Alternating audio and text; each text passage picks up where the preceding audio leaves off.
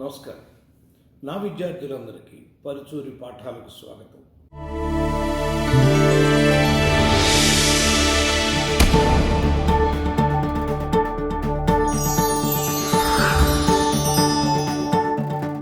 పుష్ప 2 చూడటం జరిగింది. ఒక 3-4 రోజులు ముందే వచ్చింది, ఇంకా ముందే చెప్పాలి. కానీ కొన్ని వేరే కార్యక్రమాల్లో నేను ఇరుక్కుపోవటం వల్ల ఆ సినిమాను చూసే టైం కూడా నాకు దొరకలేదు. నిన్న చూశాను, ఈ రోజున మీకు చెప్తున్నాను. వాడ వసంత పంచమి, ఈ రోజున చెప్తున్నాను మీకు, మీ అందరికీ వసంత పంచమి శుభాకాంక్షలు. ఎందుకంటే వసంత పంచమి అంటే సరస్వతీదేవి, సరస్వతీదేవి కటాక్షం, లక్ష్మీ కటాక్షం అని రెండు అంటారండి. సరస్వతీదేవి కటాక్షంతో లక్ష్మీ కటాక్షం వచ్చేవాళ్ళం మేము సినిమా రచయితలందరం. సరస్వతి అనుగ్రహించగలబట్టే మేము ₹4 సంపాదించుకుని ఇలా ఉండగలుగుతున్నామండి. కాబట్టి సరస్వతి లక్ష్మీదేవి ఇద్దరి యొక్క కటాక్షం ఉన్నవాళ్ళం మేము రచయితలం. నటీనటులు వాళ్ళు సాంకేతికులు వేరేగా ఉంటారండి. అయితే వాళ్ళ పుష్ప 2 ఇది మైత్రి మూవీ మేకర్స్, దీని నిర్మాతలు. యాక్షన్ డ్రామా ఫిల్మ్ అన్నారండి. సుకుమార్ దీనికి రచయిత, దర్శకుడు కూడా. అంటే ఆ రచన ఏం చేశాడంటే కథతో పాటు ఇంకేమన్నా ఆశ్చర్యం తెలియదు. ఎందుకంటే ఆ డైలాగుల దగ్గర కూడా ఆయన పేరు కనపడుతుంది. అంటే తెలుగు బాగానే మాడతారు ఆయన. నిన్న సినిమా చూసినాక వారిని అభినందించడానికి నేను ఫోన్ చేశాను. ఈ గురువుగారు ఎలా ఉంది మీకు సినిమా అంటే, సినిమా ఎలా ఉంది అనే కంటే ఒక మాట చెప్తాను. ఒక పక్కన కాడి నువ్వు, ఒక పక్కన కాడి అల్లు అర్జున్ మోస్తే ఆ బరువు అంతా ఎలా పెడుతుందో అలా మోసారయ్యా అన్న. థ్యాంక్ యూ సార్ అని మెసేజ్ కూడా పెట్టాడు నాకు. చాలా సంతోషం సార్, మీ అంత గొప్పవారు అలా మాట్లాడటం అని చెప్పి. సో అల్లు అర్జును, రష్మిక మడన్న, ఫాజిల్ గారు, జగపతి బాబు చాలా చిన్న పాత్రలోనే కనపడ్డాడు. సునీలు ఆ ముందు సినిమా పుష్ప అంత నిడివి ఇంది కనపడలేదు. రావు రమేష్ గారు ఫుల్గా అందులో లాగానే ఇందులో ఉన్నారు.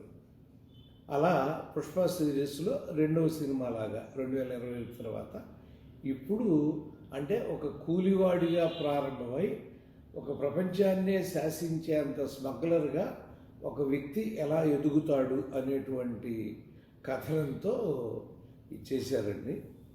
సుకుమార్ విస్సాతో పాటు డైలాగు శ్రీకాంత్ విస్సా అండ్ సుకుమార్ అని రెండు ఉన్నాయండి ఇక్కడ డైలాగ్స్ దగ్గర, అందుకనే చెప్పాను. నవీన్ ఎర్నేని గారు, యలమంచిలి రవిశంకర్ గారు దీని నిర్మాతలు. సినిమాటోగ్రఫీ ఒకటి చెప్పుకోవాలండి ఈ సినిమాలో. కాబట్టి మిరోస్లా క్యూబా బ్రోజెక్ అనేదో ఉంది, మరి ఏమైనా ఫారిన్ ఎవరో అర్థం కాలేదు అది. నవీన్ నూలి దీని ఎడిటర్ అండి. దేవిశ్రీ ప్రసాద్ అద్భుతమైన మ్యూజిక్. ఎందుకంటే ఇంత ఎమోషనల్గా అడుగడుగున టెన్షన్తో వెళుతున్నటువంటి కథలో ఆపి పాట వినటం లేదా పాట చూడటం అనేది సామాన్యమైనటువంటి పాయింట్ కాదండి. దాన్ని ఇతను సాధించాడు మరి దేవిశ్రీ ప్రసాద్ గారు. So production company Mythri Movie Makers and Sukumar Writings అని ఉంది. మరి ఏంటో మరి వీరు కూడా దీనిలో భాగం ఉందేమో తెలియదండి. అలా 5 డిసెంబర్ 2024 నాడు రిలీజ్ అయింది. వీళ్ళ లెక్క ప్రకారం 400 to 500 crores అయినట్టు 1800 crores చేసినట్టుగా ఇది చూపిస్తుందండి. సో ఇప్పుడు మనం దీనిలోకి వస్తేనండి, ముఖ్యంగా ఇందాక చెప్పుకున్నట్టుగా దీనిలో భాగాలు ఏంటంటేనండి, అసలు ఓపెనింగ్లోనే ఒక అద్భుతమైన మాస్ హీరో, అల్లు అర్జున్ అంతటి మాస్ హీరోని పట్టుకుని సముద్రంలో అలా వేళ్లాడేస్తా చూపించేసరికి డెఫినెట్గా ఆడిటోరియం థ్రిల్ అయి ఉంటుందండి. కొంచెం లేట్ కమర్స్ మిస్ అయి తప్పనిసరిగా రెండోసారి మళ్ళీ ఏం జరిగింది అక్కడే, ఎందుకు ఇతను ఎలా ఇరుక్కుపోయి ఉన్నాడని మళ్ళీ పరిగెత్తుకుని వచ్చి కూడా చూసి ఉంటారు, డెఫినెట్గా చూసి ఉంటారు. సో ఇతను ఇరుక్కోవడానికి వెళ్ళిపోయింది ఎందుకు? డబ్బుల కోసం. ఆ డబ్బులకు ప్రధానమైన కారణం ఏంటండి? చూడండి, ఒక్కొక్కసారి చాలా చిన్న రీజన్స్ ఈ సినిమా గురించి మనం చెప్పుకోవాలంటే, ఒక్కోసారి అండి చాలా చిన్న రీజన్స్ చాలా పెద్దదానికి కారణం అవుతాయండి. శూర్పణఖ రాకపోతే, లక్ష్మణుడు ముక్కు చెవులు కోయకపోతే, సీతాదేవి వెళ్ళిపోకపోతే రామాయణం లేదు, రావణాసురుడు రాముడు చంపటం లేదు. శూర్పణఖ రాకపోతే అంటే చిన్న ఇన్సిడెంటే కదండి. ఆవిడ ఎవరో మానవుడు, మనకెందుకని శూర్పణఖ వెళ్ళిపోయి ఉంటే లక్ష్మణుడు ముక్కు కోసేవాడు కాదు, అసలు ఈ కథ అంతా లేదండి. ఇప్పటికీ కూడా కొంతమంది రామాయణంలో చెప్తుంది ఏంటంటేనండి, మాయా సీత మాత్రమే రావణాసుడి దగ్గర ఉంది, కానీ అసలు సీత లేదు. అగ్ని ప్రవేశం చేసినప్పుడు మాత్రమే ఆ అగ్నిలోంచి నిజమైన సీత, మాయా సీత ఆహుతైపోయి నిజమైన సీత బయటకు వచ్చిందని కూడా కొంతమంది రామాయణం గురించి కొంతమంది పెద్దలు చెప్తూ ఉంటారండి. హరికథలు వాటిలోనే కాకుండా ఆ పుస్తకాల్లో కూడా రాసినటువంటి అంశాలు నేను చూశానండి వాటిని. అలా అంటే ఒక చిన్న కారణం. అలా లక్ష్మణుడు ఈ గీత దాటి రావద్దు వదిన అన్నాడు. ఆవిడ ఎందుకు దాటి వెళ్ళిందండి? దాటి వెళ్ళకపోతే ఆ కథ లేదు కాబట్టి. అట్లాగే ఇందులో కూడా ఎందుకు ఇవన్నీ చెప్పానంటే, మీకు సిల్లీ రీజన్ అంటారండి. ఒక సిల్లీ రీజను 3 గంటల 44 నిమిషాల సినిమాకి కారణమైంది. అదేంటంటే, వాళ్ళ ఆవిడ నువ్వు చీఫ్ మినిస్టర్తో ఫోటో దిగిరావయ్యా అందు హీరోని. ఇతను చీఫ్ మినిస్టర్తో ఫోటో అడిగితే, నీ ఫోటో అడిగితే మేము దిగకూడదయా, మేము ముఖ్యమంత్రులు అని చెప్పి పక్క రావు రమేష్ దిగాడు, కానీ ఇతనితో దిగల. ఇతను బాబు శాలువా కప్పుదామన్నా కూడా కప్పనివ్వల. ఆ తర్వాత ఇతను రావు రమేష్కి కప్పాడు ఇతను శాలువా. చూడండి ఎంత సిల్లీ రీజన్ లానే ఉంది కదండి. పెద్దవాళ్ళు మనకేంట్లే ఏదో అనుకున్నాడు, కానీ అక్కడ అవమానించారు. అవమానించబడినప్పుడు మామూలుగా అయితే ఊరుకుంటామండి, కానీ ఆ ఫోటో కావాలని కోరింది ఎవరు? భార్య. ఇంటికి వెళ్తే అడిగేది ఎవరు? ఫోటో ఏదయ్యా అని భార్య. అంటే భార్య ముందు ఈయన తలదించుకునే పరిస్థితి వస్తే ఎక్కడ దాకా వెళ్ళాడు? ఆ ముఖ్యమంత్రినే పదవి దింపేసి ఈ రావు రమేష్ని తీసుకొచ్చి ఆ పదవిలో కూర్చోబెట్టేదాకా వెళ్ళాడు. చూడండి, చిన్న కారణం. అందుకనే మనం ఎప్పుడు కూడా చాలా హర్ట్ అవుతూ ఉంటారు కూడా అండి. ఒక్కోసారి ఏంటండి, ఆయన చూడకుండా వెళ్ళిపోతాడేంటి, ఇలా ఇలా అంటా వెళ్ళిపోతాడేంటి, ఇవన్నీ కూడా అంటూ నేనే విన్నానండి. అలా ఇప్పుడు మీకేమైంది? ఆ చిన్న కారణం వల్ల నిజానికి ఏం కథ జరగాలండి? ముఖ్యమంత్రికి హీరోకి మధ్య నడవాలండి కథ. అలా నడవలా. ఎందుకని? ముఖ్యమంత్రిని ఇతను అవమానించాల, ముఖ్యమంత్రి ఇతన్ని అవమానించాడు. కాబట్టి ఆ ముఖ్యమంత్రిని దింపాలని ఇతను అనుకుంటున్నాడని కూడా ఆ ముఖ్యమంత్రికి తెలియదు. కాబట్టి వాళ్ళిద్దరి మధ్య కథ నడవల. ఈ పాయింట్ గుర్తుపెట్టుకోండి. అలాగే ఇంటి పేరు లేదు అని కూడా ఒకసారి అవమానించారు. కానీ చివరిలో ఆ ఇంటి పేరు ఒకటి చెప్పారండి. వాళ్ళ అన్నయ్య అని కలిసినప్పుడు ఆ వదిన వీళ్ళ ఇంటి పేరు చెప్పింది. మరి ఆ ఇంటి పేరు ఇతని ఇంటి పేరు అదే అవ్వాలి కదా. కాబట్టి అక్కడ చెప్పింది, కానీ ఇతను ఎందుకో ఆ పేరుని వాడుకోవట్లేదు. పుష్పరాజ్ వరకే వాడుకుంటున్నాడు అనేది మనం చేసుకుంటాం. అలాగే ఒక పోలీస్ స్టేషన్కి వెళ్ళి పోలీసులు అందరికీ కట్టలు డబ్బులు ఇచ్చేసి వాళ్ళందరూ కూడా ఉద్యోగాలు వదిలేసి వెళ్ళిపోతే, ఎవరైతే ఇతనికి ప్రతినాయకుడు, యాక్చువల్గా పోలీస్ ఆఫీసర్ ప్రతినాయకుడు కాదండి, ఇతనే ప్రతినాయకుడు లాంటి హీరో. అతను డ్యూటీ కోసం వస్తున్నాడు, కానీ రియల్ డ్యూటీ చేసి ఉంటే అతను ప్రతినాయకుడి స్థానానికి పడిపోయాడు కాదండి ఆ పోలీస్ ఆఫీసర్. ఇతని మీద పగతో చేశాడు కాబట్టి అతను ప్రతినాయకత్వంలోకి పడిపోయాడు. అతను వచ్చేసరికి ఒక్కడ మాత్రం ఉండి నాకు డబ్బులు ఇచ్చాడండి నేను వెళ్ళిపోతున్నానంటే కామెడీ డైలాగ్ కూడా రాశారు అక్కడ బ్రహ్మాజీకి. ఈ సంగతి తెలిస్తేనే కూడా ముందే వచ్చి తీసుకుని వెళ్ళిపోయే పని అన్నట్టుగా సిఐ బ్రహ్మాజీకి అక్కడ రాశారండి. సో ఒక పోలీస్ వ్యవస్థ, ఆ పోలీస్ వ్యవస్థ కరెక్ట్గా ఉంటే స్మగ్లింగ్ వ్యవస్థ జరగదండి. నువ్వు అసలు ఎంత బస్తాల్లో డబ్బులు తీసుకొచ్చి పోలీసుల దగ్గర పడేస్తా అంటే ఎవరికి అమ్ముడుపోయినట్టు అవుతుంది ఆ వ్యవస్థ? స్మగ్లర్స్కి అమ్ముడుపోతుంది. ఈ స్మగ్లర్స్ ఎవరిని అండగాస్తున్నారండి? పెద్ద పెద్ద నాయకుల్ని. ఈ స్మగ్లర్ మూలంగానే రావు రమేష్ మాత్రం ముఖ్యమంత్రి అయ్యాడు కదండి. తర్వాత ఇతను వెళ్ళి డబ్బు తేబట్టే కదా, అంత డబ్బు తేబట్టే అంతమంది ఎమ్మెల్యేలని 100 మందినో 110 మందినో ఎమ్మెల్యేలని కొనేసి ఇతన్ని ముఖ్యమంత్రిని చేసి అతన్ని దింపేశాడు. అంటే తను ఫోటో తెక్కకుండా వదిలేసిన వాడు ఎంత సమర్థుడా అని అప్పుడు కానీ ఆ పాత ముఖ్యమంత్రికి తెలియలేదండి. అది నెక్స్ట్ పుష్ప అంటే నేషనల్ అనుకుంటారా, ఇంటర్నేషనల్ అన్నాడు పోలీస్ ఆఫీసర్తో చెప్పించాడు. అంటే ఇవాళ పుష్ప అంటే కేవలం ఆ చిత్తూరు జిల్లాలోనో ఎక్కడో భారతదేశంలో ఉన్నటువంటి వాడు కాదు, ఇతని యొక్క ప్రభావం ప్రపంచవ్యాప్తంగా వెళ్ళిపోయింది. He is no international smuggler.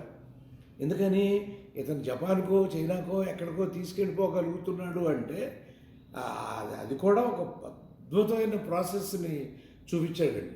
ఎలా అయినా ఇతను వెళ్ళటానికి వీలు లేకుండా చేయాలని పోలీస్ ఆఫీసరు అవతల వాళ్ళ పర్మిషన్ కూడా తీసుకుని వచ్చి ఇచ్చేస్తే ఆ శ్రీలంకకి మనకి మధ్య బోర్డర్లో ఆ దీపాలు వెలుగుతూ ఉంటాయండి.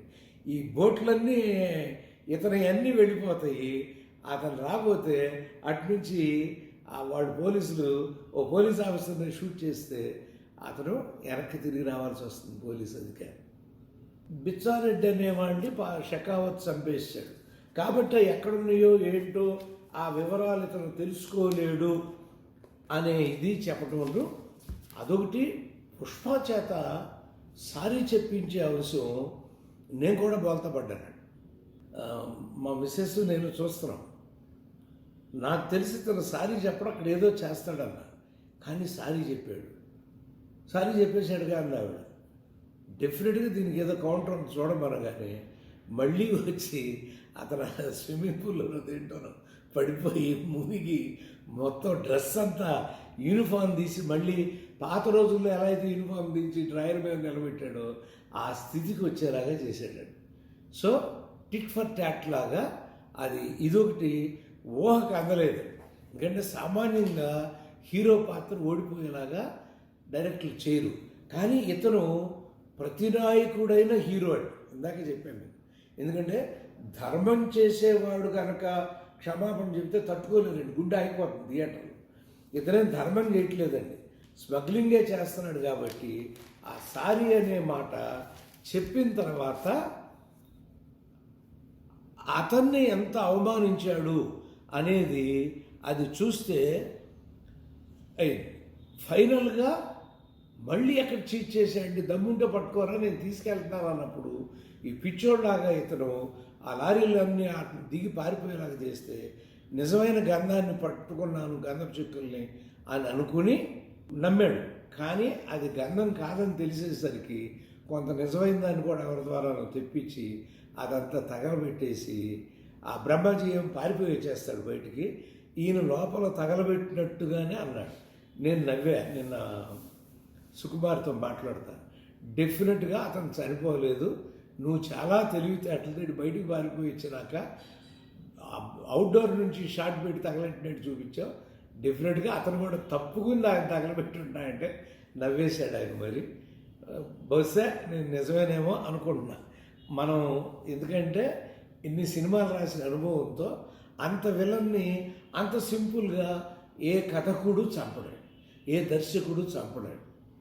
ఎందుకంటే ఇన్ని బ్రోటల్ చేసినటువంటి వాడు తనతో ఆత్మాహుతి చేసుకున్నాడని కాదు, అతను 100% పుష్ప బుల్లెట్స్కో అయితే వేరే స్మగ్లర్ బుల్లెట్స్కో బలైతేనే అతని పాత్రకి ముగింపు ధర్మంగా ఉంటుంది అని నేను అన్నప్పుడు సుకుమార్ గారు నవ్వాడు. కాబట్టి అతను బతికే ఉన్నాడని నేను అనుకుంటున్నాను. అలాగే హ్యాట్స్ ఆఫ్ టు అర్జున్. ఆ లేడీస్ గెటప్లో సాంగ్ అసలు మామూలు కాదది. అది మొట్టమొదట ఆ బొమ్మ చూసినప్పుడు చాలామంది టెన్షన్ పడి ఉంటారు అభిమానులు, ఇదేంటి మనాడు ఎలా వేశాడు. కానీ అతను ఊపేశాడండి దానిలో. సో అలా దానిలో కూడా అంటే తను ఆల్ ఇన్ ఆల్రౌండర్ ఏదైనా. అందుకని మొట్టమొదటే చెప్పాను మీకు, రెండే మాటలు చెప్పాను. ఒకటి బన్నీ, రెండు సుకుమారు, వీళ్ళిద్దరూ రెండు భుజాల మీద ఒక హిమాలయ పర్వతం అంత. ఎందుకంటే 3 గంటల 44 నిమిషాల సినిమాని చూడటం అంటే, నేను మా ఫిలిం నగర్లో మహిళా మండలిలో 5గురిని అడిగాను. ఎందుకంటే సామాన్యంగా అంత లెంగ్త్ సినిమాను వాళ్ళు ఎక్కడో చోట ఫీల్ అవుతారు. ఎలా ఉంది సినిమా అంటే చాలా బాగుంది, చాలా బాగుంది, చాలా బాగుంది అన్నారు. ఎక్కడన్నా కొంచెం ఇసుకని ఎక్కడ అనిపించలేదే అన్నారు. అంటే దానికి కారణం నేను చెప్తున్న ఇద్దరే. ఒకటి అల్లు అర్జును, అంటే రష్మిక కూడా తను కనిపించినంతసేపు చాలా అద్భుతంగా ఆ బరువుని మోసుకెళ్ళిందండి. మ్యూజిక్, రీరికార్డింగు అద్భుతం. ఎందుకంటే అంత సైలెంట్గా సముద్రంలో సినిమా నడుస్తున్నప్పుడు మ్యూజిక్ డైరెక్టర్ యొక్క హెల్ప్ లేకపోతే సినిమా డామ్మని పడిపోతాడు. సో దేవి ప్రసాద్ని అందుకే ముందు పొగిడింది, అంత గొప్పగా దాన్ని తీసుకెళ్ళాడు అని చెప్పి. కరెక్ట్గా సినిమా అయిపోతుంది కదా అనుకున్నప్పుడు ఎవరైతే అన్నయ్య ఇతన్ని ద్వేషించి వెళ్ళిపోతున్నాడో, చిన్నాన్న చిన్నాన్నను పాప ఇతన్ని ప్రేమిస్తుందో, ఆ అమ్మాయిని ఒక అతను ఎత్తుకుపోయేలాగా చేసి ఒక క్లైమాక్స్కి లీడ్ చేసి, అంటే ఇప్పటిదాకా నువ్వు, అంటే నేను అదే అన్నాను నేను సుకుమార్తో, నువ్వు చాలా తెలియగలడువయ్యా. బయటకు వస్తున్న ఆడియన్స్కి ఇదేదో స్మగ్లర్ కదా, ఇదేదో అడవిలో కదా, ఇదేదో చెట్లు నరుకునే కదా, ఇదేదో మనుషులు నరుకునే కదా అనకుండా ఒక చిన్నాన్న అమ్మాయి కూతురు వరుస అయ్యేటువంటి అమ్మాయిని కాపాడటం అనేటువంటి అంశం ఎప్పుడైతే అద్భుతంగా ఆఖరిలో పెట్టావో, అది డెఫినెట్గా మహిళా, అక్కడ దాకా వస్తే మహిళా ప్రేక్షకుల్ని ఎక్కడ పడేశాడు ఇతను అనుకుంటే, ఆ ఫేజు మహిళా ప్రేక్షకుల్ని సుకుమార్ గారు పడేశాడు. ఇది మాత్రం డైరెక్టర్ క్రెడిట్, రైటర్ క్రెడిట్. ఆ రైటర్ డైరెక్టర్ ఆయనే కాబట్టి సుకుమార్ గారిని మనం అందించాలని. ఎందుకంటే ఏ ఫిల్మ్ బై సుకుమార్ అని వేసినా కూడా కాసేపు అలా టైటిల్స్ పక్క చూపిస్తుంటే ఒక్కడు కూడా థియేటర్లోంచి లేచి ఉండరని నేను నమ్ముతున్నాను. ఎందుకంటే నేను అలాగే చూశాను.